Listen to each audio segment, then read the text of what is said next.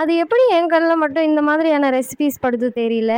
இன்னைக்கு நான் செய்ய போறது நீங்க கண்டிப்பா சாப்பிட்டிருப்பீங்க, செஞ்சிருப்பீங்க. ஆனா இது எண்ணெய் இல்லாம செய்ய முடியாது. புரியல இல்ல? ஆயில் சேர்த்து தான் இதை செய்ய முடியும். ஆனா இன்னைக்கு நான் ஆயிலே இல்லாம செய்ய போறேன். பாவம் இந்த அப்பளம் யாருக்கு என்ன செஞ்சதோ என்கிட்ட வந்து இப்படி மாட்டிக்கிச்சு. எல்லா வீட்லயும் இந்த சுகர் கட் மாதிரி ஆயில் கட் சாரி டயட்னு சொல்லுவாங்கல்ல, அந்த மாதிரி யாராவது ஒருத்தர் இருப்பாங்க.